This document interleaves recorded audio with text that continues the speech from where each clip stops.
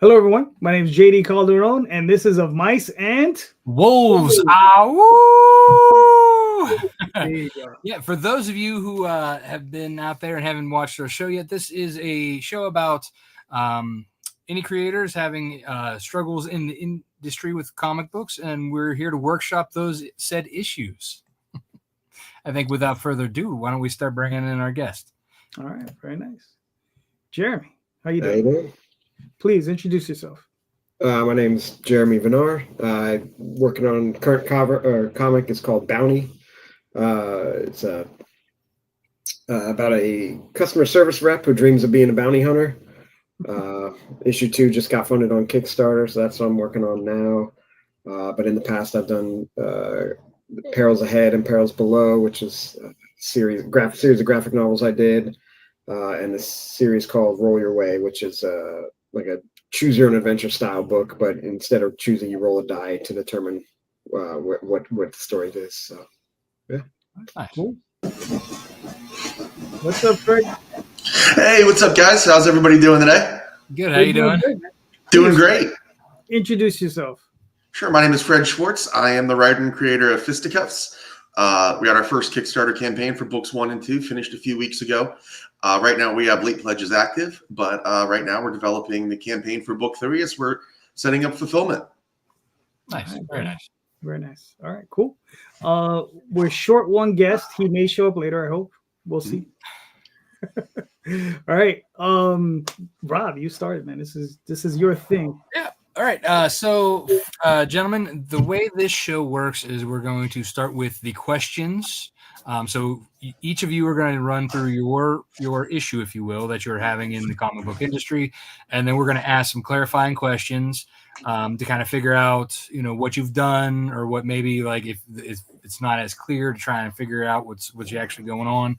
And then once everybody's kind of gone and given their little questions and kind of gotten that clarification, we'll then jump into kind of like the answers of the to kind of like say, okay, well, this is what we think you should do, or what you could do, or what we've done, kind of like helping through, and kind of like a roundabout brainstorm sesh, if you will.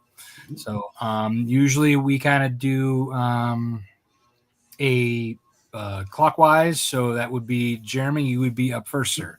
What are you struggling with in the comic book industry that we can help you out with? Yeah. Well, the main one I've been thinking about a lot lately is trying to find like a literary agent who does like graphic novels, and not only that, but like the sort of themes or genres that I do.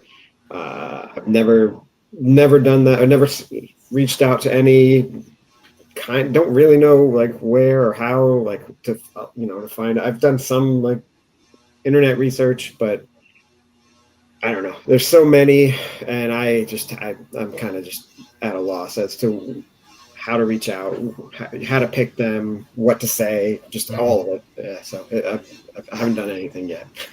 Okay. All right. Does anybody have any clarification questions for Jeremy before we kind of hop on into this answer section? As far as like, I mean, obviously you're looking for somebody fancy, but I mean, what type of literary agent are you looking for? Are you looking for like a big New York agent that's going to saddle you up with maybe hopefully a big New York publisher? Or are you looking for an agent that's maybe going to put you together with a comic book publisher, like a Dark Horse or an Image, that sort of thing? What type of agent are you looking for? Because there are different types. Yeah. Same with like if you're looking to get into like movies or cartoons or TV, whatever, those are all going to be right. I don't know enough to even know what I should be looking for. I mean, I have some graphic novels. I think they're I have a range of all age. I think so. Like they could work for something like a First Second or a whatever. What's that, Boombox or whatever? Those sort of things. But some of them could work for like a Dark Horse too, I suppose. Like, well, I don't know. I honestly don't know what I should be looking for. It's all kind of new. Gotcha. Okay, so I guess good question for you. Why are you looking for one? Like, what do you want them to do for you? Yeah, no, that is a good question. I guess I am tired of the.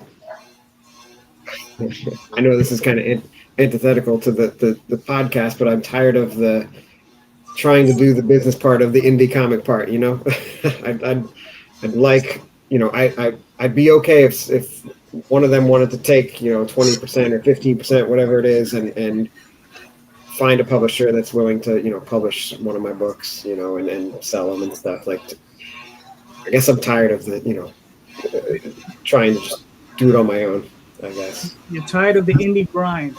Exactly. Yeah, we'll get there at some point. Yeah. So, all right, Fred, do you have any questions for him before we move on? Well, actually, Rob, you kind of took my my clarification question was going to be like to what end and stuff. But I'm actually very curious about this question too, because it's something that I was, very interested in too. I'm kind of like Jeremy. I don't know where to begin and stuff. But I guess what I'm kind of really interested in is what you guys were saying is like the film and TV aspect of it. I know that's like a wish dream and a pipe dream, but I had a really awesome trailer that came out for my comic and stuff, and it kind of tantalized the imagination of like an animated or something like that. And I just, in that aspect, I'm curious about how that would. So I guess I'm seconding his questioning, and kind of saying that, like, yeah, that aspect, like, I would like to hear more about. Okay. Well, I guess, this is pretty straightforward. So, JD, I believe you have the most experience with something like this. I have a couple comments to kind of say to the publishing and finding a publisher to take care of the workload. I have a few things that might be a little saddening for all y'all. Yeah. But I'm going to let JD handle it first. All right. I'm here to learn. As far as finding an agent, I'm believe it or not, Jeremy, I'm in a similar boat to yourself, right? I've been doing the base research to try to find an agent, right? Because I'm looking to get something for Oswald. I want to get it out to a larger market. And what's funny is I'm not looking to get into like Dark Horse or Image or any of those companies, right? I'm looking to get into an Abrams or a Scholastic or something like that along those lines. Right, it's more of a, similar to yours. Mine's is YA. I think that would be a better fit for most of my stuff, to be honest. So what you're gonna have to do is similar to what I'm doing. I'm in a process of searching out agents. The other process is you have to come up with a really good cover letter, right? And you're probably gonna you're gonna get some people who are gonna be mad at you, all right? Because this is what I'm gonna do, and there's certain camps that think certain ways. One camp will tell you to approach one agent, send them a cover letter, see what they want, right? Because certain agents, I've seen lists, they'll tell you what they like or what they don't like. Well, the things they specify what they're involved in.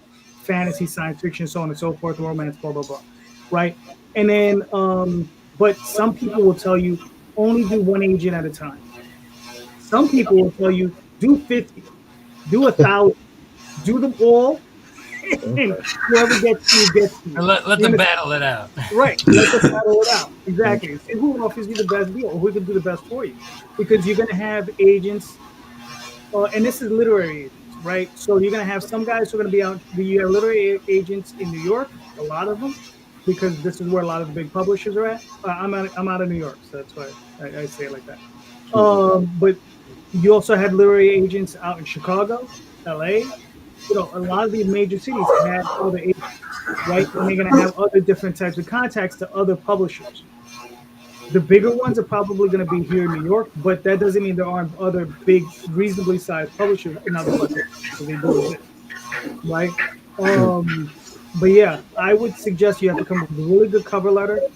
And I would tell you, for everybody, it's probably the one time you want to use AI. You go on, you write out your own cover letter, up into Chat GPT, see what it spits out, and then you adjust your dog, Larry. You adjust it to what you need. You understand? You're gonna have to do a full edit on it no matter what, because it always comes out kind of like portions of it are gonna be really nice, and then portions will be just trash. So you're just gonna have to go in and really go in and edit. So that's one of the things. Anybody who uses ChatGPT, listen, it's not just you have to go in and edit those damn things, because trust me, if you don't, it's just garbage. JD, when you sorry. No. I was just going to say, when you say cover letter and reach out to them, are you talking like, where do you get the contacts from? Is it like a physical cover letter, or like a physical letter and a physical submission? No, or is it it's emails? I don't think anybody takes anything physical anymore. Right. I think everything's gonna be digital. Yeah, everything's gonna be digital. I don't have the information readily at hand, but I did a Google search, and I said, find literary agents, blah blah blah, for graphic novels, and there was one specific site where it seems like they're big, and they had a huge list of literary agents. You could just go out and contact on that same list. Yeah. Because and the thing is, they're looking for people. They want to find the new Bone. They want to find the new whatever. I mean, they want the new Dogman. Trust me, they want this. That doesn't necessarily mean it's us, but we can try. Right? Right. Yeah. In that cover letter, I mean, is it just a cover letter, or do you feel like you need to include samples, or the cover letter essentially just kind of like giving them an idea, like a description of your story, your books, and things like that? Yeah, you're gonna want to include, obviously a quick description of who you are and what you are, where you've been, and blah blah blah. But you're also gonna want to put in what's the basis of your story, but just quick 1 or 2 lines. You probably don't want to write them a novel. You want to keep it short and very brief, maybe a half a paragraph, right? Okay. The whole cover letter. And then you're going to want to send that into them along. And here's the thing. Some of them are going to want cover letters. Some of them are going to want a query letter, right? So a query letter is where you're literally asking them, are you looking for anyone? Gotcha. Right? Are you looking at, like, this is what I have. Are you interested? And they're going to answer yes or no. They're going to say, send me a few pages of your book. Right, and that's the other thing. You got to be ready with the packages. Sure. So you got to have, whatever you're selling, you got to be ready. So you have stuff that's like role-playing games, and I guarantee you're gonna find one person who's gonna be like, well, maybe I can't do anything with your kid's book, but I can do something with that role-playing game thing. So you might find that person, and then you might find another product, right? So you just have to be ready for that. I'm gonna have probably a lot of follow-up questions, but like for me, for instance, like I have like 3 different series that I've worked on over the years. Like, is it overwhelming? Is it too much to like put all those in, or should I like try and cater? You want to keep that narrow focus on, like, because each, as JD was saying, some of them are going to have different genre interests. Gotcha. Okay. So you want to keep that like really like focused on the one per, All right. One. Like, I would say put your best foot forward. Unless you find a bunch of different genre things that work for you, but like, definitely like if like, let's say 9 out of 10 of them are what towards your kid's book, right? That's what you go towards. But if like you want to pick your best story, your best stuff, and you put that, but you want to make sure you find the right place for it. You don't want to put it's kind of like that whole like you don't want to put a square peg in a round hole kind of situation. Yeah. You don't want to send your kid's book to a romance literary agent, you know what I mean, or horror literary agent or something like that. That makes sense. Yeah. Another avenue for finding might be so I don't know if you know Gamal Hennessy. He's within the community, but he's been a lawyer for Marvel. He does like kind of like a how-to kind of like with self-publishing, like do's and don'ts books kind of thing, more from like the lawyer side of things. Okay. But like he would also be a good one to ask, because he does like free consultations, kind of like because to gauge whether you could use him and he likes you as a client or whatever. But like he could also like kind of maybe potentially point you in the direction, or maybe even help you with like the legalese of that kind of a situation. Because it's also, you're going to need a lawyer to look over any offers you get. Sure. Right. So that's why he's good in this wheelhouse. That he would basically, if let's say he puts you or you put him on retainer or whatever for this, he could give you suggestions who to send to. But then when they give you an offer, he would be the one that would help you kind of be like, okay, this is a good deal or a bad deal. Because none of us are lawyers, and Sure. I know we all want to be like, we want the best deal possible, but like, that's usually like, I want 100% and you can screw off. But reality of the matter is like, there's obviously going to be give and take. And he probably would be able to tell you, this is a good offer, this is bogus. Right. Makes sense. But what I was going to say about the whole like finding a literary agent to get you into a publisher to lift some of the load, majority of the publishers out there are not going to do that. They're still going to expect you to do the work. Oh, I see what you mean. They basically were saying, we're going to put our insignia on your book, but you still have to make the sales. You still have to promote it. We're just putting it in our category, our library. Like Image, it's creator owned, so you got to do the work. A lot of the smaller publishers, they're all the only ones that like aren't creator owned. Like if Marvel or DC like you enough to pick you up, yeah, they'll do some. They're going to do a lot of the legwork for you, but you're also going to get upkiss on royalty. So it's kind of like that give and take. That's I think why a lot of indie guys kind of stick with like the whole self-publishing thing, unless they get a really good deal somehow with a publisher. I mean, like I know with Bad Bug, all right, that's another small, very small. Like I mean, they're probably a step above me, a step below what Scout used to be. But they like Mike will work out deals with you. He'll do a lot of the promotion, a lot of the Kickstarters, a lot of the stuff like that. So like there are some out there, but that's few and far between. Plus, it also depends on the deal that you make with them. How much money they're gonna get versus how much money you're gonna get. You don't just get to. Unfortunately, we don't get to sit back and just do the writing, because if that was the case, we'd all be doing that. Yeah. I mean, here's the thing with a literary agent, though. Those agents are going to be looking to get you in advance. Okay, because they're like I said, if they're going for the big publishers like Scholastic or Abrams or the other large ones, they're going to be looking for an advance. These days, the advances are going to range anywhere from $5,000 to $10,000 for someone who's new. So it's not a lot of money. The only thing I could tell you, there's two ways to approach that. You take the money and you run, because usually they don't expect you to earn out. And what that means is sell enough copies to cover that amount, because they have to cover that amount before they give you any royalties. Right. Okay? So now, mind you, you could get your agent might be really good. They might get you a $50,000 advance. They might get you a $100,000 advance. There's still people getting $700,000 up to $1 million advances. Okay, if you got one place and they feel your book is hot and they have two separate publishers bidding against one another, that number can go up. It can get really high, right? But one of the things I would advise, one of the things I'm really being mindful about, like if I were to get a $10,000 advance or $20,000 advance, I would probably, for me personally, and because I'm a bit of a lunatic, I would probably take that entire sum and invest it in a publicist, so that they will go out and promote the hell out of that book for as long as that, whatever amount of money that is, can push it as far as they can push it, so that hopefully you can earn back, and you'll make some money on the back end on royalties.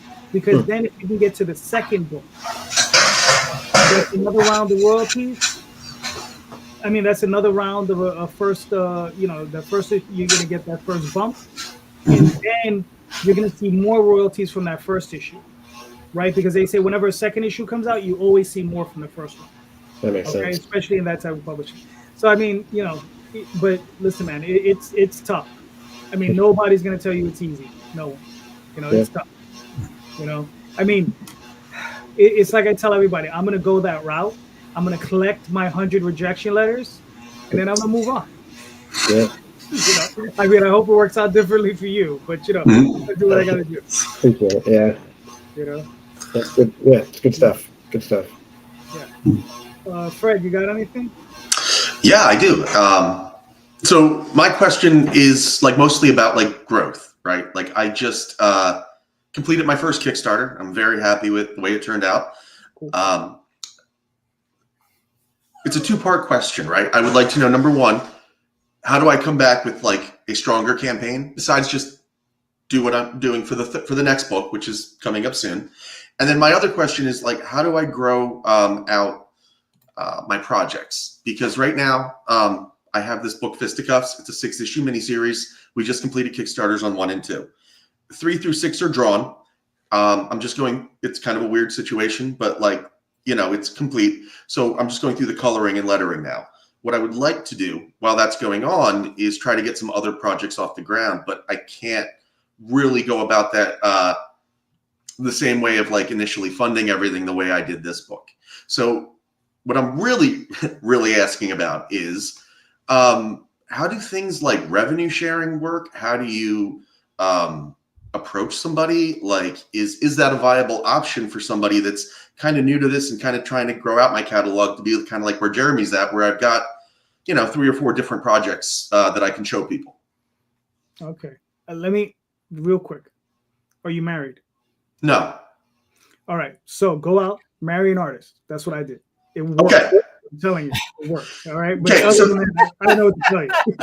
Part D, can you like explain to me how that works step by step? Because my game is, I would call it rusty, but I don't think it ever worked. So Gotcha. All right. I mean, that's a much more prolonged. It'll take longer than this hour and a half. it's a series of these. Right. Yeah, you're gonna have to hit the con circuit. And the, But Mary Rich, check, got it. aside from that, question-wise, for clarification, Jeremy, do you have any clarification questions for Fred on this matter? And forgive me, I don't know your full story. You're the writer. Yeah. Okay, gotcha. Writer, creator, self-published. Yeah. Okay, and so you're mainly asking about getting artists or whatever on board without any upfront money, I guess, or very little upfront money, or like I guess that's kind of the question, really. Yes, like and I'm not saying no upfront money, but it's like ideally, yeah, I would love some kind of like revenue sharing partnership. Now, I've kind of asked around a little bit, and from what I hear, like, I've heard like varying. I guess I'd rather just hear what you guys say, rather than what I've heard. That was my clarification. But yes, I understood the. Yeah. Okay. Right. Yeah, I think that's my. I get it now. Yeah. If there's a way to get off the ground, like with a little bit of seed, and like, how do I develop that? And are people willing for that? Like, are they open to that, or is it just, people go where the money is? Okay. All right. I mean, yeah, it seems pretty straightforward. Mm-hmm. Do you want me to jump? Do you want to jump? Jeremy, you have anything you would like to add real quick? I actually have a little bit of experience with this on the artist end of it. Go ahead, jump in. Yeah, I'm sure. Yeah, it's been many years now, but I did have a writer contact me years ago to do some. Well, I guess there were 2 different types of projects. One was just a short story, and she just outright paid me to do the art. It wasn't going to be an ongoing thing. I would have had no rights or any or residual or anything from it. And she wasn't paying a lot, and I am not well known, so it was kind of acceptable what she offered me, and I did it. The other project though it wasn't a full story. It was actually a pitch for that she was shopping around.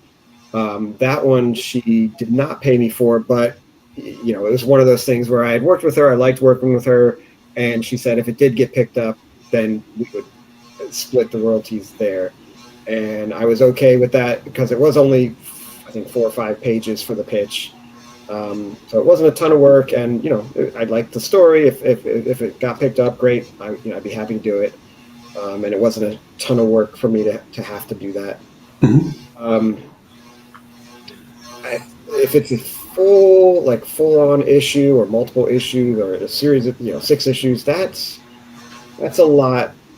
I would, in my mind, to ask an artist to do based on possible residuals later. Mm-hmm.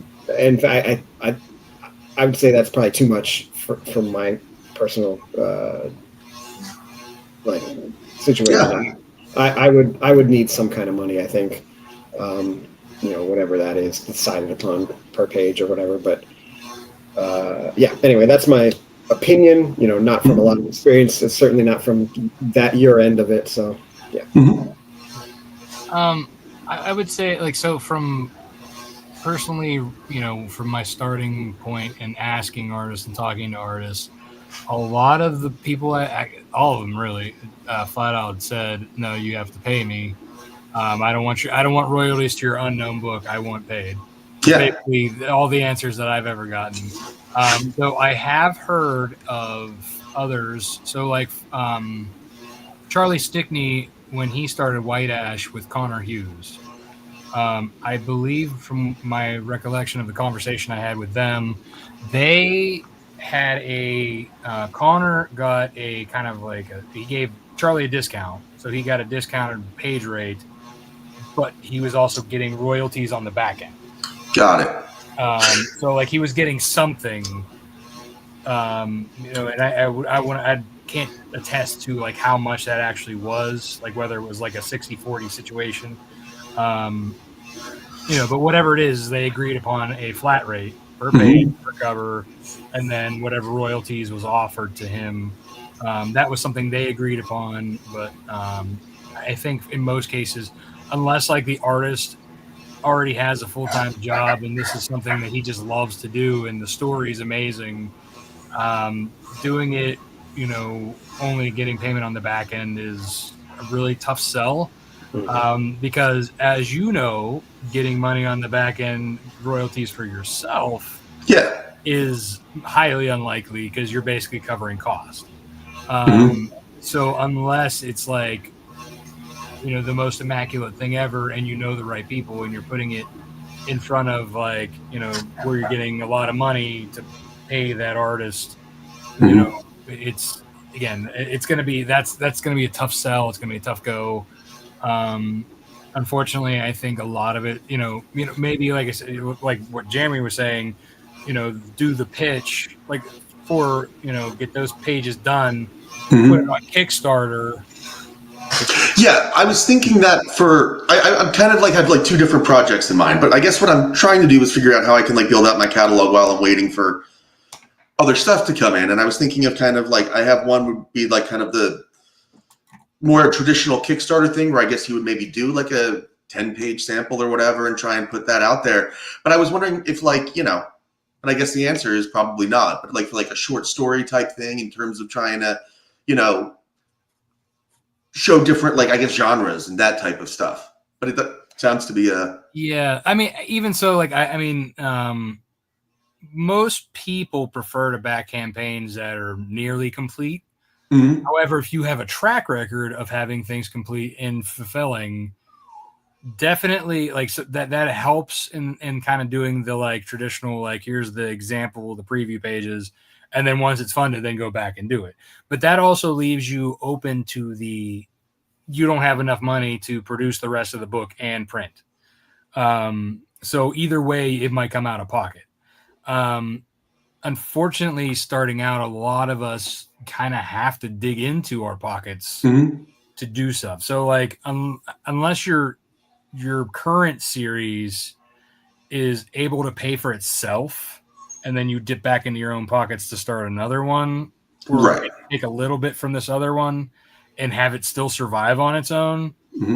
I would say starting another series is a little harder, unless you're willing to put it up front, or at least a little bit. It's like for example, like with my series Nightwolf, I was up to like issue 5 or 6 before I put out a first issue of a spin-off series.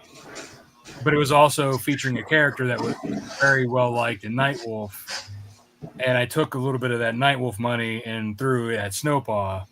Right. You know what I mean? So like that's kind of like, if you can survive doing that, that's great. Otherwise, my suggestion would be like how I started. I was doing freelance work. You know, I don't know what you do for a full-time job, but like whether there's freelance opportunity or not, whenever I'm doing like, I do a freelance web design, graphic design, to make up for the money that I didn't have, and then I put it in there. Hey, Russ. But yeah, I mean, it's kind of one of those things where like finding the money somehow is better than like gambling, because you then might be like, okay, hey, I just barely got the funding money to put out the art, and now I don't have enough to produce the print. Then you're in a hole. And I see what you're saying. You wind up paying for it just later. Yes. Got it. So you're going to pay one way or the other. So it's better for you to like figure out, okay, how am I going to get this money up front? Yes. Just to kind of cushion you. You know what I mean? Like, because there are campaign. This is what, like, a lot of what happens with the people who like, who have had really gangbuster campaigns, but like, then they don't actually make like, so like they have a bunch of people back it, right? They start their funding goal, like let's say $1,000, like, or lower, like, because they want to try and game the system. But what they really need is $10,000, but they only end up making $3,000, right? Like, then they like don't have enough to do anything, and then they can't fulfill. And then, or there's the opposite case where somebody makes like thousands of dollars, like, over 10 grand or whatever, but none of the art's done. Somebody like the artist stops, takes the money and run, and then they can't pay another artist to do it. Mm-hmm. You know what I mean? Like there's these, then they're the ones who can't fulfill their campaigns, or they're like, and everybody like then turns on them and like, I want my money back. And but then he can't because the guy took the money, and it's already spent to the artist. Yeah. Understood. Good. All right. So, there's a few different ways. I've been doing this for a little bit. So, when I first started, a long time ago, I was a kid, right? So I was like 18, 19 years old, just out of high school. A friend of mine went to art and design. Like I said, I'm in New York, so we had art and design high school. And he brought me over there, and I made friends with a lot of his friends. And one of his friends said, "Listen, man, I'm going to bring you all the best artists from my class." And that's what he did. That's how I met my wife. So that's how I met my other partner, Matt Lunsford, and a bunch of other guys, Zach Lenison, all these different guys. I met all these different people. And I said, listen, I want to form a comic book publishing company, and we're all 50-50 partners. The project is, so Matt Lunsford, he has Dreamweavers. Daphne, that's my wife, she has Tall Tales. Well, my other friend, Zach, he was, him and another guy, Poi, it was a 3-way split on a book called Reaver. Another guy had Security Agent, so on and so forth. But we were all kids. We didn't know what we were doing. We didn't know we were not going to make money. Yeah. Right? Got it. But the beauty in it was that was those relationships that I built with them, right? And we did make money, though. Okay? The only thing is that since we were children, we didn't know what we were doing. So we were producing a book a year, like in a series. So we had a 6-issue limited series, and issue 1 came out in 92, and issue 2 came out in 93. So, that's just, you just can't build a business that way. But we did make money on those books. Right. And that's the thing, though. So you have to so one of the ways you can do is you can find an artist, try to find somebody local to you, right? Maybe, if you have an art school around you, try to find a student. Say, listen, this is what I'm trying to do. And you can offer them a little bit of money. So, whatever, a nominal fee. Yeah, like an internship. Right. Yeah. And you can say, we'll be 50-50 partners if you're willing to have that kind of thing.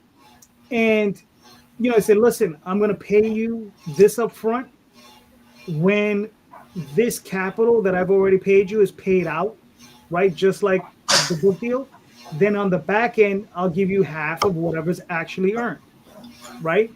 And depending on how much you make, depending on how frugal you are, you can make a buck. You know, I mean, you can, you know, if you can chop up a dime, you know, you can do something with it, right? Right. A nice thing too, to kind of play off the student thing, is that like if they're like a couple years, like a year or two left, they can put that towards their portfolio. They could use it for a project for school, right? You know, just they kind of sweeten that deal there, you know. Yeah. And mind you, you don't have to work with just one person, right? I don't know your writing. I don't know your writing style. I don't know what you're doing, how you're doing it. Like, you know, you could say, you know what, I'm gonna write. You write a single issue, right? A one shot. Let's make it 48 pages. Let's say within that 48-page structure, you have, let's say, 10 scenes, right? And you say, you go to a class and you're like, yo, I have a little bit of money, right? Whatever it is, a nominal fee. And if you could find 10 decent artists in there, you can give me each a scene. And you can cobble together a comic book. You know, you're a very strange, weird looking comic, but it'll be a comic, right? Or like even an anthology of like 10, you know, a bunch of little 10-page short stories. Right. You can do I like think that that's kind of what I'm getting at. Cause like I did this big project and like a lot of reasons that like I did it that way and stuff is because it was like a really personal story. And it was, you know, just one that was like, we have those baby projects and stuff. And like, you know, I guess like what I'm getting at is like on my like, you know, laptop, I got a few of the kids that I don't like as much. And, you know, they're like, not that they're like, you know, worthless kids. They're very good kids, but like, I like that one the best. So I'm trying to figure out how to maybe get, you know, some of those kids off the ground and like, you know, while I'm, you know, without, you know, just, I guess like an alternative way, you know, and like I don't want to, you know, I realized after I asked that question, I'm like, holy shit, did it just seem like I said, how do I get like away with getting people to work for free? Because that's not like my MO. Because like, you know, I understand that's not how it works at all. But like, I guess what I'm saying is like I was trying for, I guess like maybe more alternative, you know, methods and stuff of, you know, for some of those like short stories and things that are just kind of collecting dust that I don't really know what to do with right now. Well, an anthology is definitely a good way to do it because you could work with multiple artists in a shorter page range and kind of build your portfolio that way. But it also is a bigger book, which on Kickstarter would make a little bit more money and have more people that would help promote it. So, you know, if you kind of like pick and choose like artists who are known on Kickstarter and, you know, work with them, that's kind of like what George O'Connor did a similar thing where he wrote a kind of a post-apocalyptic of different types. And if that was like that, it basically kids, I think it had something to do with kids fucking up the apocalypse. And it was a bunch of different apocalyptic tales with kids fucking things up. You know, like, you know, the zombies are coming and the kids like sneezes or he starts talking, you know, like kids do, you know, you can't tell them to be quiet, like, but then the zombie comes and attacks, right? Something I think that was like the premise of, you know, one of the things. But like he handpicked every single artist that he worked with because he wanted to get one to work with them and two because they had enough name to pull in, you know, backers and stuff. So that's definitely one way to do it is curate your artists, you know, for that. And like, I actually had thought about doing something similar along those lines with my other titles that have been kind of hanging out in the backside as well. I mean, I have them on my website. They make an appearance in Nightwolf #2 just as kind of like to show the share world, but I haven't had the time or the money to produce them. But I have been thinking, you know what, I could do a quick, you know, I could do a Kickstarter with a quick, like, kind of like an intro to them as an anthology, you know, kind of the thing, just to kind of like get that out there and then see, you know, which, you know, art team people like better or which story people like better, and then kind of go from there. So yeah, that's definitely something viable to do. And it might also, like, it would put probably, like I said, you can bring all those backers in from the, you know, the other people that you're working with and not just having like your single art team. Yeah, because that's what I'm talking about. Growth is like I'm still like trying to show that trying to like, you know, build my web and like also kind of portfolio build, because as a writer, like it's I don't know, like in some ways I think it's like kind of like hard to build a portfolio, especially if like I kind of always wrote larger kind of like stories and stuff, and like it's harder to get like something like that all the way off the ground, and I guess show diversity in what I do.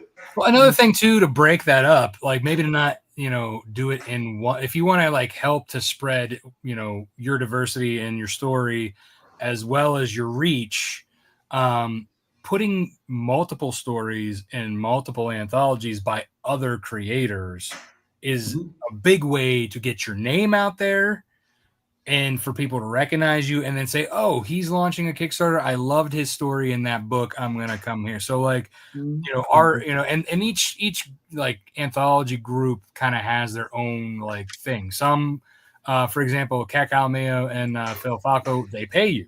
They pay you as a writer. You get paid for writing a story if they like your story and they include it in one of their anthologies.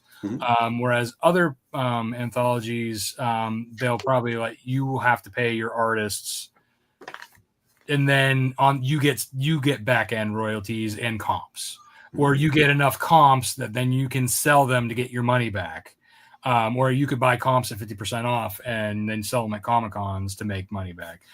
For example, I've done the Cthulhu Invades Wonderland by Travis Gibb. I have a short story in that. I paid my Nightwolf team to do that. I've been making money off of the books that I got and pay more for wholesale at every con, like that Cthulhu book sells.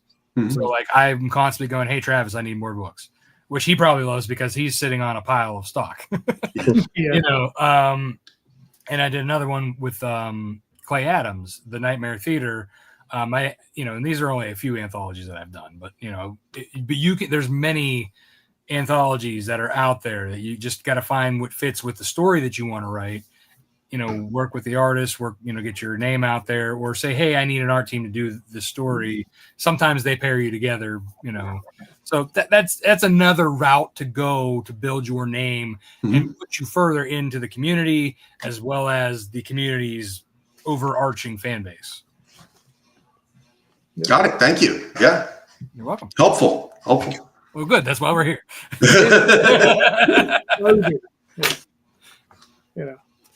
But pretty much.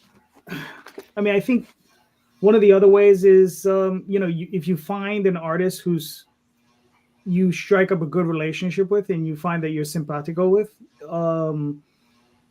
you can sometimes approach them to do a 50-50 deal where it's all on the back end, which I've had several of those deals. One of those artists I had to marry, but and now everything in his life is 50-50.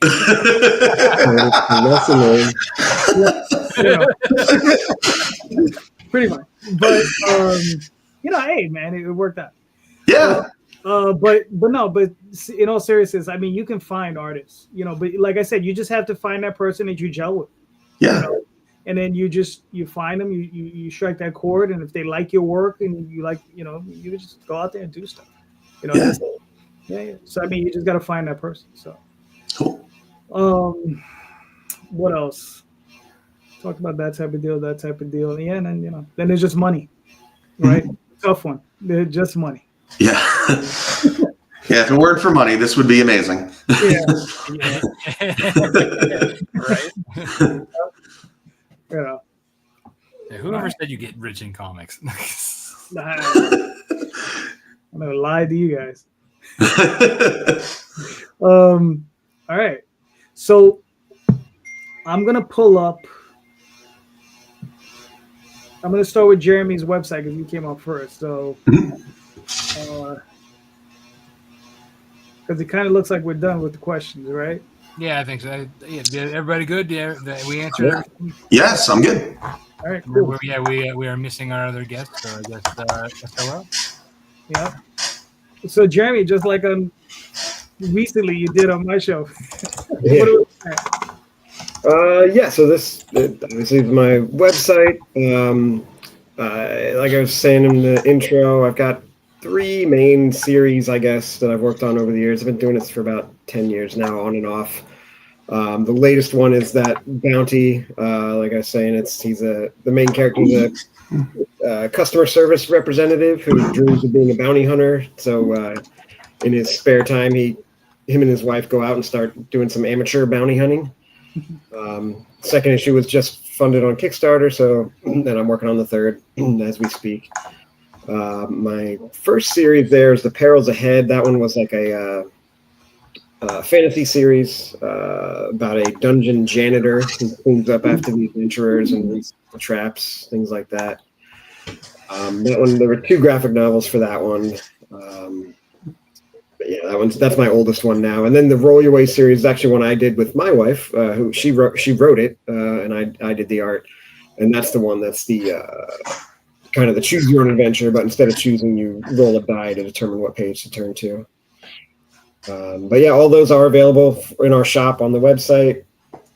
Also, I think I still have it up there, but I do like commissions for your D&D characters if you play D&D. I've done some of those in the past, but yeah, that's it. Nice. All right, cool. Hold on, I'm on the wrong damn page. Where am I? Don't mind me. I got people texting me. I know, right? Yeah, everybody's blowing us up. Well, don't they know we're live? I know, right? What the hell? But yeah, man. I mean, listen, Jeremy. I've said it before. I mean, your stuff is gorgeous. Thank you. You know, like I said, I mean, yeah, your stuff is Yeah, awesome. definitely got a nice, unique style. Yeah. Thank you. Appreciate it. All right. Let me pull up.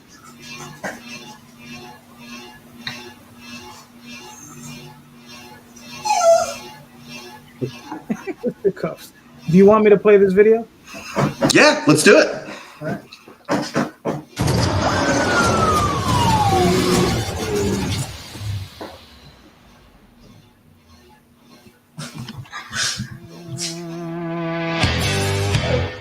My name is Gerard. Before I found my way into these rooms, I suffered from a life-threatening case of the tomorrows. Tomorrow, I'm going to the gym. Tomorrow, I'm going to fix things with my dad. I hate these people. I'm a bad one.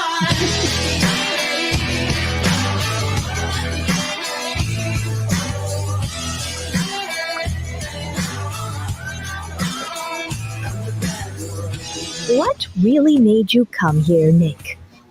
I can't accept what happened. When I try to block it out, I obsess. I writhe in my own guilt, thinking I'll eventually get to a place where I'm comfortable. But I don't think that I'll ever get there. A DUI and a prick for a judge. Oh, I understand. But remember, Nicholas, rock bottom has trapdoors.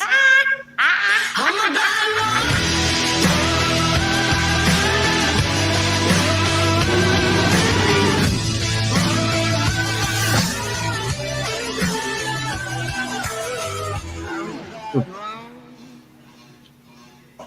Nice.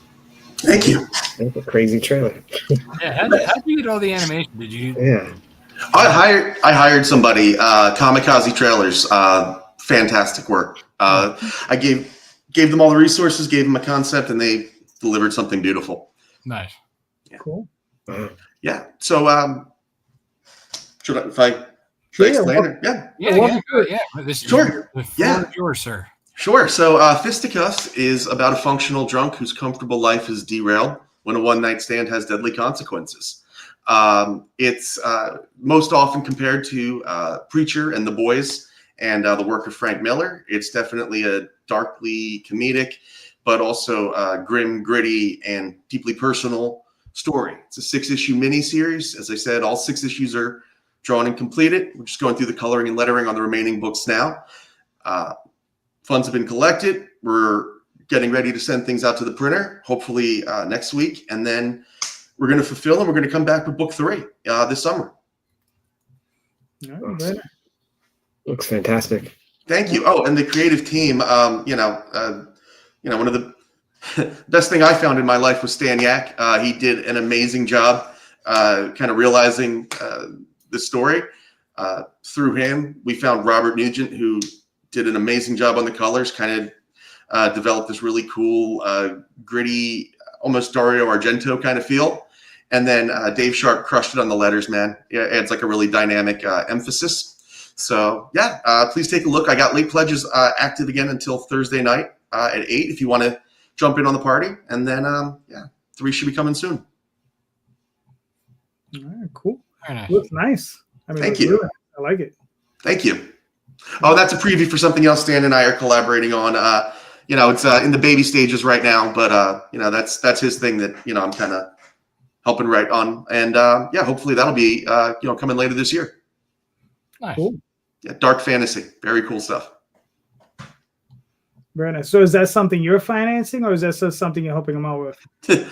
Revenue, we're splitting it. That was his baby, and I kind of went ahead and we're gonna share on the back end. Okay. Listen, man.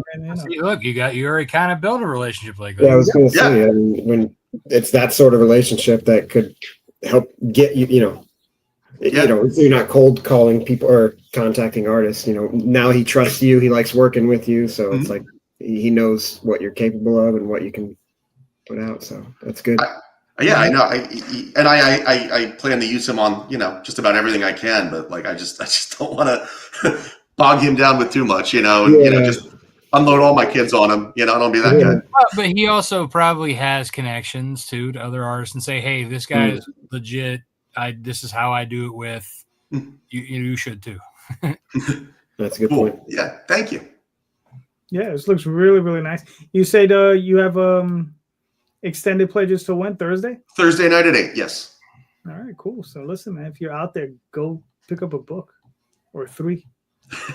Hell yeah, we got books 1 and 2 available. Give us a taste, give it a try, and I think you'll be pleased. Like this book is, as I said before, this book is like kind of best served cold. You don't want to, you don't want people to come spoiling you what happens 1 and 2, and that's why you should read it. Best to go in and kind of experience it. Cool. Very nice. Very nice. I like it. Thank you. All right. Cool. Real quick, I'm gonna flash up something I'm part of.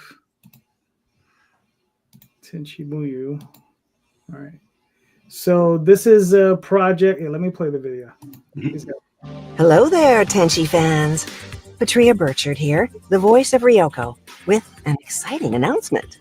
Armature Entertainment is launching a Kickstarter campaign to reintroduce the 1997 Tenchi Muyo comics to readers old and new.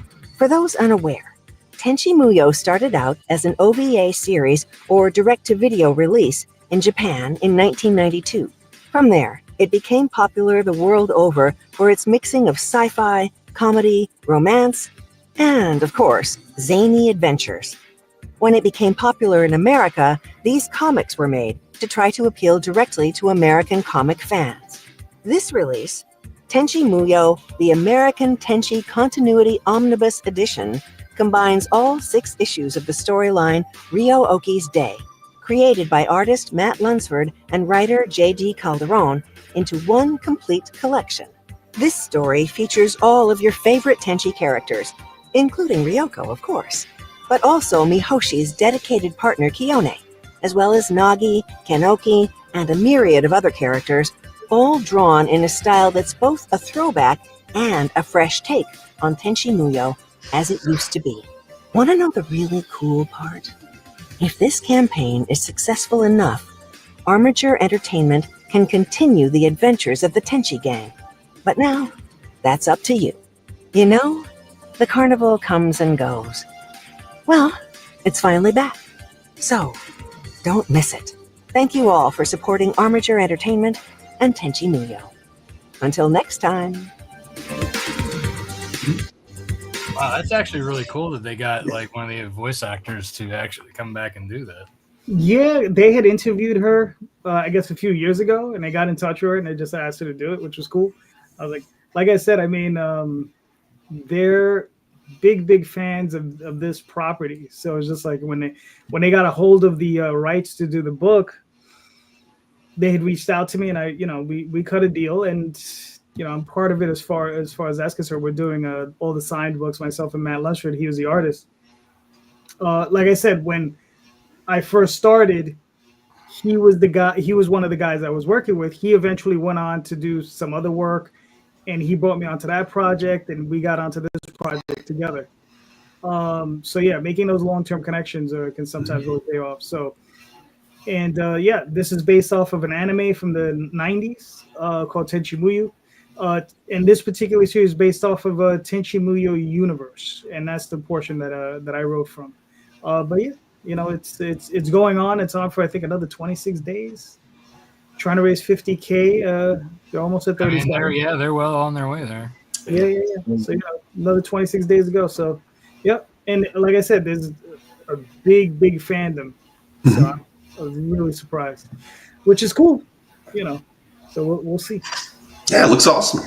Yeah. And then just to let everybody know, because somebody's asking in the show, I said, look, what is it? What's funny is I was just on his podcast earlier. This is Lewis. And then what is it? Link to the campaign. So just to let you guys know, in the show notes, I have everybody's links to their campaigns. So you go to the show notes, click on those links, and go buy a book. All right. So whether it's mine, Fred's, or Jeremy's, go buy them all. That's what I would say. Right. Hell yeah. Rob's links are in there too. Get his too. He has awesome books, especially those hardcovers. They're really nice. There you go. Nice. Yes. Oh man, that is gorgeous. Hello. Yeah. So I have actually 2 volumes so far, and it's got each one has like the vellum overlay of the werewolf, and then there's volume 2 with Snowpaw underneath, and her. So it's a plan to be like a 3-piece set with the different werewolves underneath, with a gorgeous connecting cover, as you can see a little bit. Oh man, that's neat. Yeah. And eventually when I get volume 3, I'll get a slipcase and you can put them all in. Yeah. I'll steal Daphne's when she gets them all. That's my wife. She should have volume 2 already. So yeah, she has it. So I'll wait till she gets the 3rd one with the slipcase, and I'll be like, thanks. I always wanted one of these. 50-50. So It does have to be all the time. it works both ways. It does. She does it to me all the time. So and I'll be like, not that one. It's like not that one. So but yeah, guys. So I mean, we're here. We got a little bit more time left. So, does anybody have any questions about anything? Rob, you got anything? Any questions? Yeah. Or any issues? Man. You have a raccoon terrorizing you or something? What's that? I said, do you have a raccoon terrorizing you? No. I just been keeping my head down, busy trying to get stuff. I'm in between campaigns right now. Issue 10 for Nightwolf wrapped up last month. Working on all the tchotchkes for that, getting all the buy-ins, and making sure all the stuff comes in the rewards. And then I'm working with Mog on issue 4 of Snowpaw, so that I can launch that one, if not the end of next month, sometime in June. So that's coming up as well. All right. Well, I got a generalized question because I'm about to launch an Indiegogo campaign, right? Pray for me.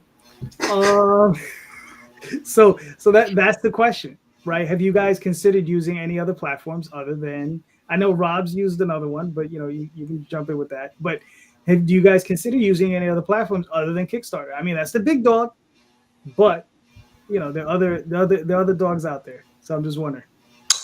Can I ask what do we call it, like a refining question or whatever? Clarification question. Yeah. What are the different benefits to each one, right? Like, what does Indiegogo offer that Kickstarter doesn't? Because like you said, Kickstarter's kind of thought of as the big dog, and it's got kind of a built-in comics community. Why would somebody go to Indiegogo versus Kickstarter versus another platform? Different audience, some of the things that they do are it's mostly the same, but there are differences. Like they pay, like so they charge the person for backing the project up front, and then they hold that money. Some people prefer it that way. Just different. They were a little bit more different. Kickstarter kind of took some of the things that like Indiegogo had, like the side images in your rewards. And now Kickstarter allows you to put like a preferred what is it, level on the top. Yeah, That used to be an Indiegogo thing. Yeah, and you could also do hidden. You used to be only able to do like hidden rewards through Indiegogo. Now Kickstarter has a very beta version of that. Would you say that's finalized? As experienced creators, would you ever consider like launching the same project on both platforms to get both audiences, or no? Have done that. Does it benefit you? So, for me, I started. So I did a Kickstarter in 2016 for Nightwolf. And it was a failed Kickstarter because I went for $20,000 for 3 issues because I was trying to kickstart the series to do a monthly thing, right? Mm-hmm. So because I went $20K, that was obviously very naive of me. If I would have just done issue 1 and set it at 5,000, I would have funded. I made over 5,000. So that kind of set me back. So then for issue 2, I thought, okay, maybe I'll go and try Indiegogo, see how that does. Well, if I set a lower goal for like, issue 1 and 2 on that, it didn't actually fund, but like Indiegogo, the difference is that you can do either the all or nothing, or you can get whatever you make, right? Mm-hmm. So just like whatever. For me, I was like, I'm doing it anyway, so any little bit helps. Yeah. So that was my first experience with Indiegogo, was doing an actual campaign. Again, I think that one only made like $2,000, not enough to cover everything. But again, I was doing freelance stuff to make the difference. Whereas with volume 1, so the next time I did, once I got up to issue 4 and collected the 4 issues into this, I did a Kickstarter. And then because I had to wait over 6 months for it to come over from China, I was like, okay, well, let's see what happens. Let's do an Indiegogo in demand, which basically they import the information from your Kickstarter and they kind of like put it, it's like, okay, well, we made this much additional money on top. I'm sorry, can you just clarify that? How does that work? So when you set up your page, you let them know that this is actually a previously funded campaign from either Kickstarter or somewhere else, and they'll turn it into an in-demand campaign. So it shows like how much you raised on the previous platform and then how much more you raised additionally.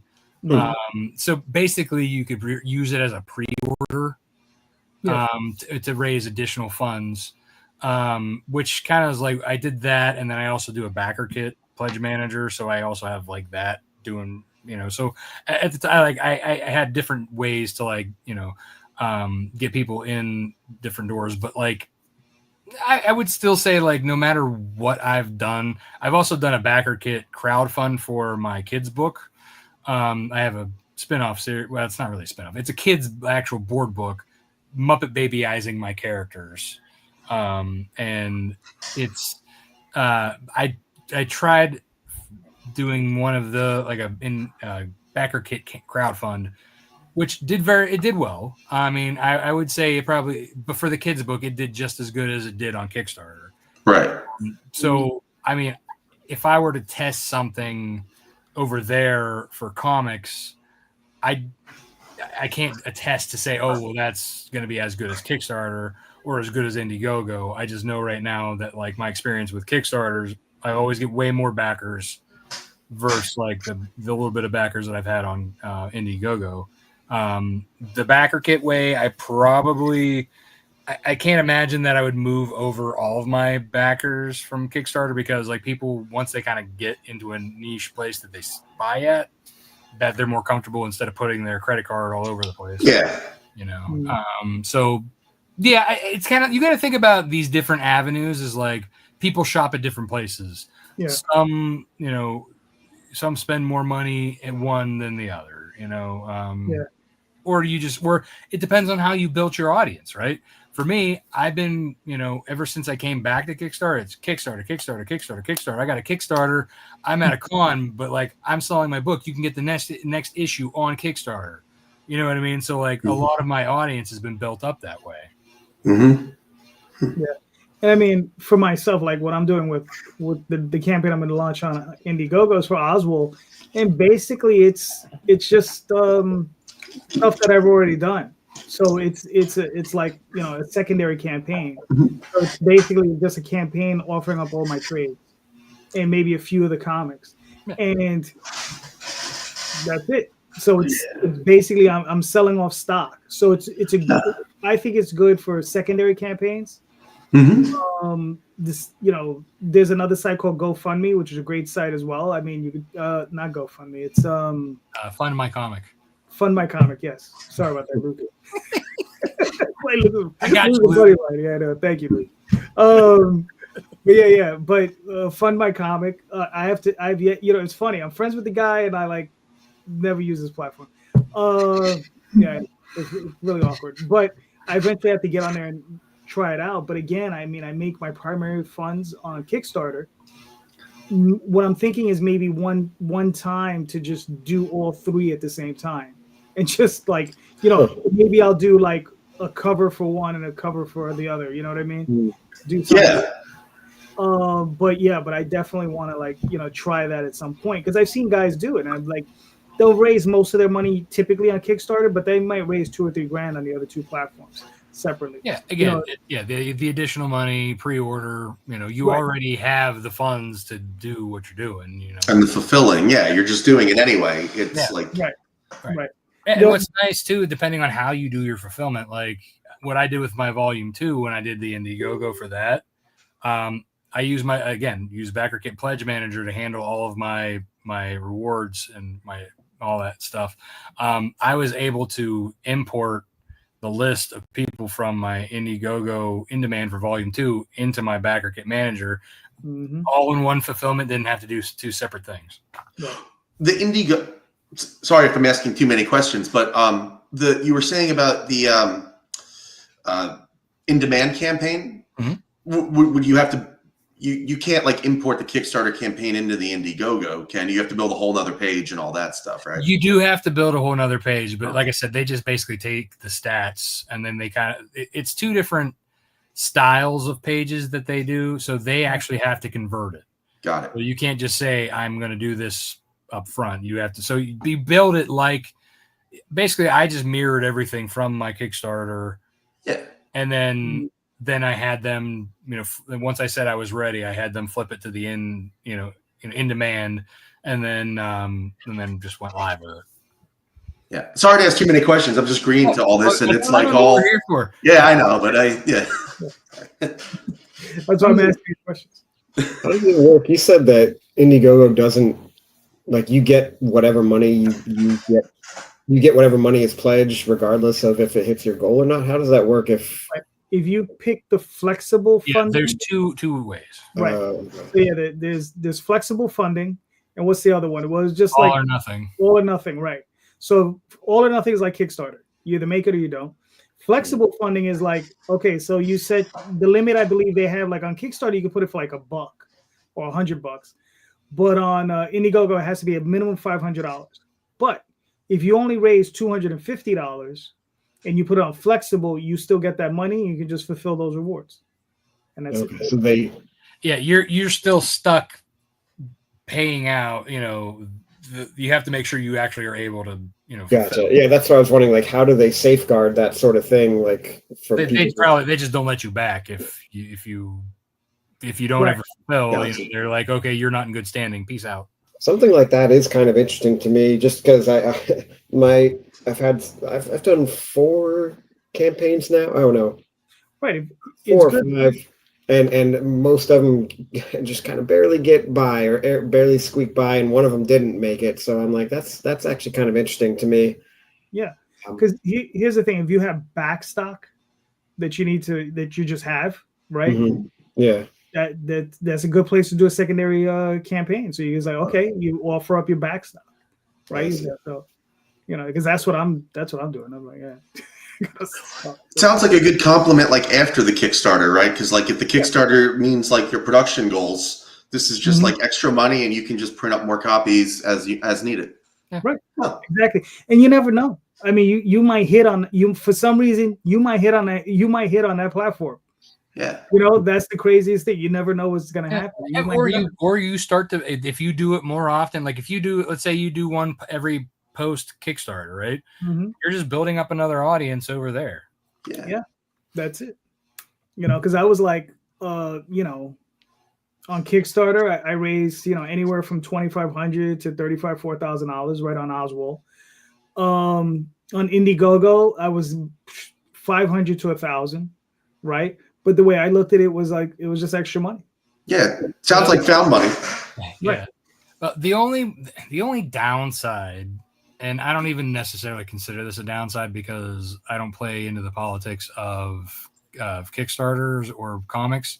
Indiegogo has become synonymously known with Comicsgate, which, I mean, I'm neither here nor there nor care about, whatever. I'm here for like stories, books. I'm trying to sell my stuff. I don't care what anybody's politics on all that is. Some people say, oh, well, that's a Comicsgate Pro platform. Well, I'm like, I don't care, whatever. I'm going to, that's why I put my volumes out there, because it was the additional money that helped pay for these expensive books, whatever. I feel like Michael, I'm like Michael Jordan in the sense that I don't care who's buying my shoes. It's funny. It's like, is it even a thing anymore? I remember it was a big thing like a few years ago. I don't even know anymore if it's still a thing. I'm just saying that if you go out there on Facebook and say you're putting out an Indiegogo, just be prepared that there might be that one guy who still cares. Right, exactly. And they might have to be like, mind your P's and Q's, over there.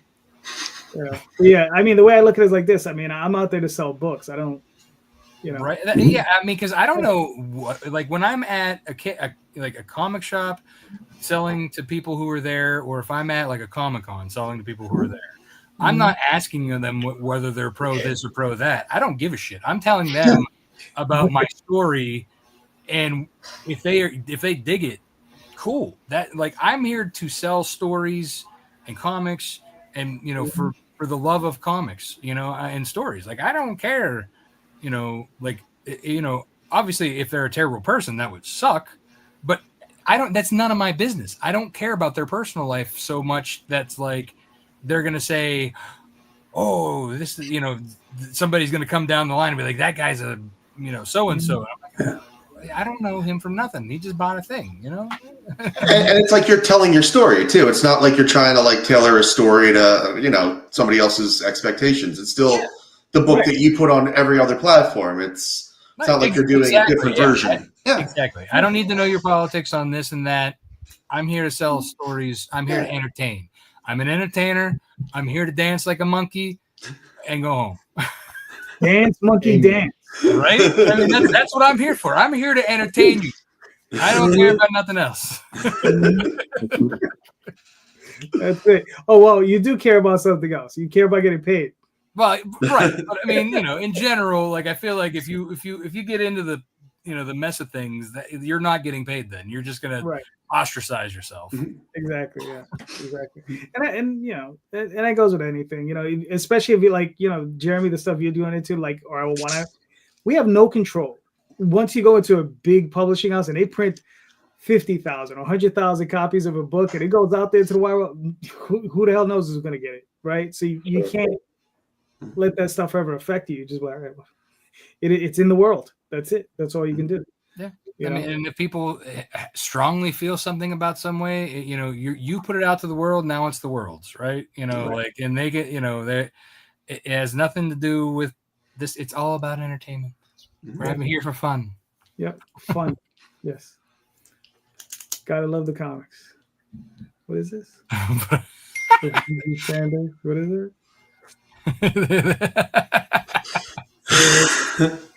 I mean, the karaoke part's not hard for me. I used to be a lead singer in a band, so I don't know if anybody wants to see me in a spandex onesie. Or the go-go boots. There you go. Yeah. Well, that's funny. Yeah. But yeah, I don't know. I mean, does anybody have another question real quick? Rob? Honestly, no. I don't have anything that I'm struggling with right now besides the fact that like I wish that things would move faster, you know. But you know, I'm at the mercy of my artists. It's tough. It's tough. You know, just have to hire more of them. That's all. Well, you know. Yeah.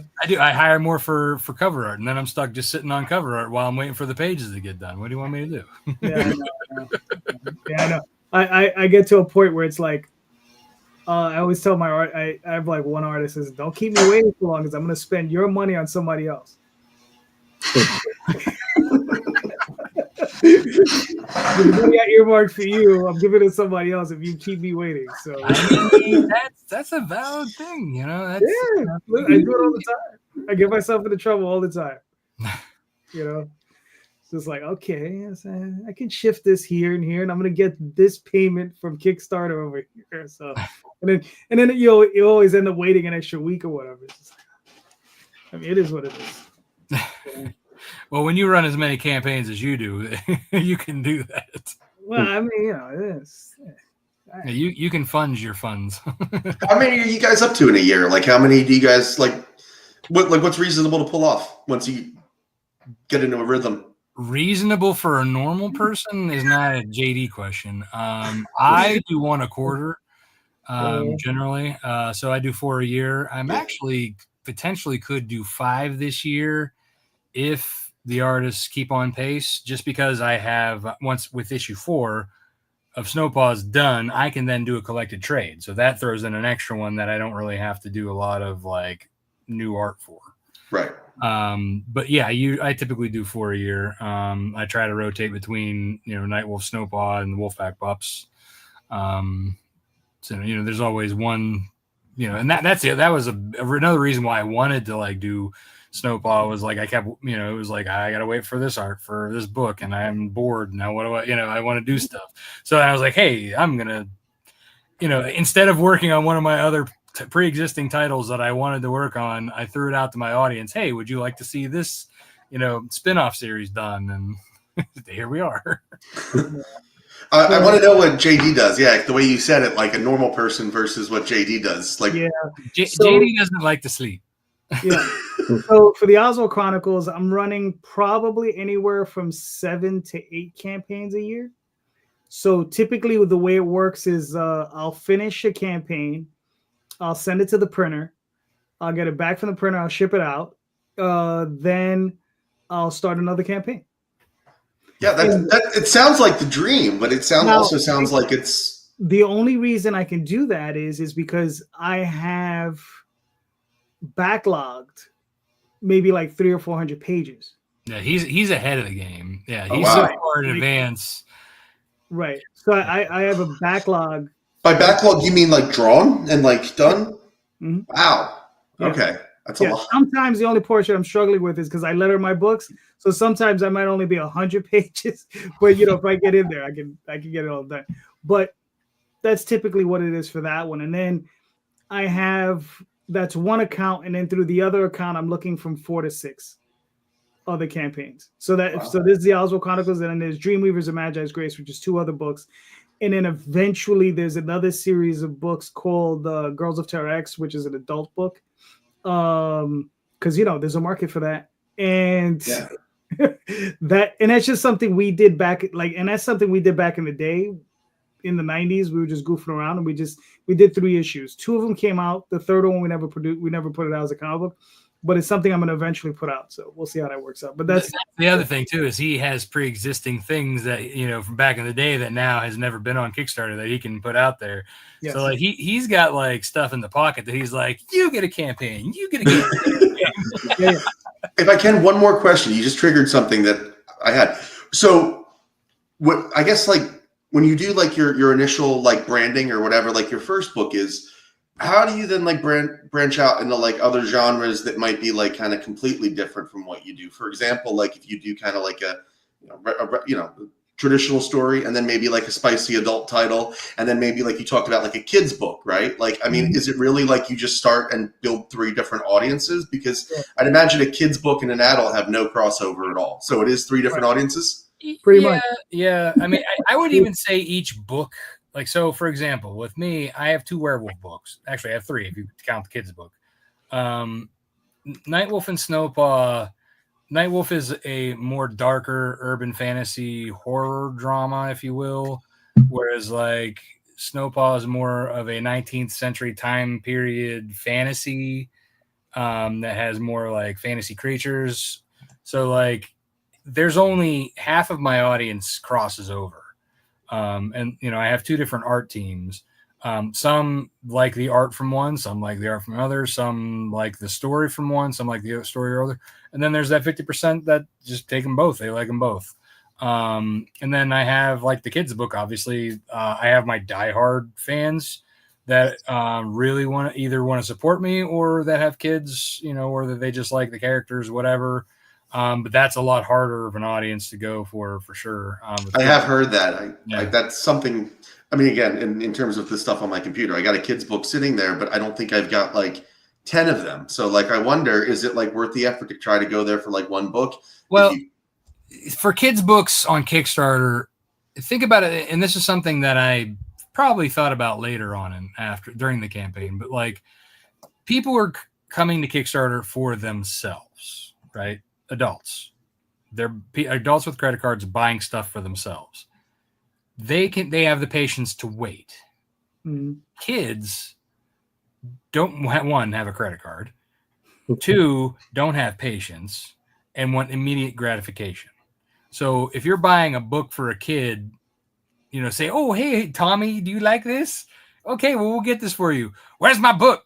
You know what I mean? So like, that's a harder thing. That's a harder sell that to wait like, 3 to 6 months for a kid's book when they can immediately go and get a $5 book at the store, or you know what I mean, like right now. And the way you said that too, you kind of triggered another thought, and that's that like with a kid, you've got to cut through all the stuff that they're inundated with advertising stuff anyway, because the kid's going to want a Super Mario book because they've seen like 50 Super Mario books. So you've got to really have something that, I guess, cuts through all that. But so I guess, okay. Yeah. I mean, for myself, like I've spoken to Daphne and we've looked at the analytics. Between the 2 of us. So I do pretty much 7 to 8 campaigns on Oswald. Tall Tales, which is a book we do together, we're running 2 to 3 a year probably. And then she does her own book, which is Ego Raven, which is currently running. So go check it out. So between those 3, currently we're running at about a 40% between all 3 of them. So that's where the 3 circles meet, right? Mm-hmm. But that's pretty much it. And she says there's a bigger overlay between Tall Tales and Oswald and less with Ego Raven. But there is some traction between the 3. Mm-hmm. Now, what I'm doing with Magi's Grace and Dreamweavers, I haven't done that look yet, but I'm pretty sure it's much less as far as crossover, because those 2 books. You also have different campaigns too. Like they're different kinds of campaigns, a different account. Yeah. So but I mean, there will be some crossover, but probably not a lot. And here's the other thing, though. I would tell any creator, create what you want to create, and don't be afraid of not pigeonholing yourself. Don't say like, I'm just going to do horror. I'm just going to do science fiction. I'm just going to do this. No, do what you want to create. You understand? Don't worry too much about market. I mean, look, if you just want to sell product, knock yourself out. Do whatever you want to do. You understand? Yeah. But before you do that, I would tell you to get into real estate. Just don't do it. If you're just here for money, just go sell real estate, go into the stock market, go Bitcoin, whatever. There's a lot of other places to make a lot more money. Yeah. Do what you love. Right, Yeah. right. But if you're gonna do something, do what you like. If you want to do a kids book, do a kids book. What's the big deal? You understand? Yeah, you're not gonna get rich at it, but you're probably not gonna get rich at it doing any of this stuff. So it's just like, Exactly, yeah. And the kids book for me was one. It was inspired by my daughter because we were reading kids books, and we're all in that same vein. And I'm like, I could write something better, So also, and it was like one of those things where it's like I used like an example that something that happened during preschool with my daughter. I took that and made it the moral of the story. And so, the fact that I was doing that for my daughter and for something that, to say, hey, daddy made this for you. So like, that's something that was more for me than it was for like, anything else. Got it. Cool. all right. Gentlemen, we made it. Yeah, right. Despite everything. So, thank you so much for being here. Fred, Jeremy, you guys were awesome. Thank you. Jeremy, please let us know where we can find you and your work, sir. Yeah, so as you saw, my website is perilousadventurestudios.com. That's where you can buy any of my books. They're all there for sale. I'm on social media as at Jeremy Vinar, mostly Instagram. I do post on Facebook. I don't check it much, but I do post there. And I just started Blue Sky too, just to give that a shot. But yeah, that's it. It's always good to post up somewhere, even if you just put your account, and if you don't do anything, at least somebody can't take your. Oh, that's true. Yeah, that's a good point. Now it like automatically posts everywhere. So I mostly post from Instagram, and it just sends it to the others. Yeah. Cool. Nice. Fred, where can we find you and your work, sir? Yeah, you can find me at www.schwartzart-llc.com. That'll take you to all of my stuff. Like I said, Fisticuffs is currently on Kickstarter, and at Schwartzart LLC on Instagram, TikTok, X, Blue Sky, and Facebook. Cool. Rob? Yeah, you can find me on Facebook, Twitter, Instagram, Blue Sky, Beehive, TikTok, all those places at Lone Wolf Comics. I'm only active on 3 of them, though. I'll let you guess which ones. You can find me personally at Rob Multari on Facebook, Twitter, and Instagram. LoneWolfComics.com is my website. Nightwolf.lonewolfcomics.com will take you to the pre-order for Nightwolf issue 10, where you can also catch up on the rest of the series or grab one of those or both of these gorgeous pieces. You can also go to snowpaw.lonewolfcomics.com to go to the pre-launch page for Snowpaw issue 4. All right, cool. And you can find me on the OswaldChronicles.com, 12talesonline.com, Kickstarter, mostly, especially on Kickstarter, Facebook, Instagram, Twitter, all those different places. Blue Sky currently. Yes, really strange, that one. So, yeah, you can find me all those different places. But just remember, everybody, please, go check out the show notes like I was saying earlier. Go check them out. Everybody's links are in those show notes. Click on those links. Pick up some of those books. All of these creators are doing great work.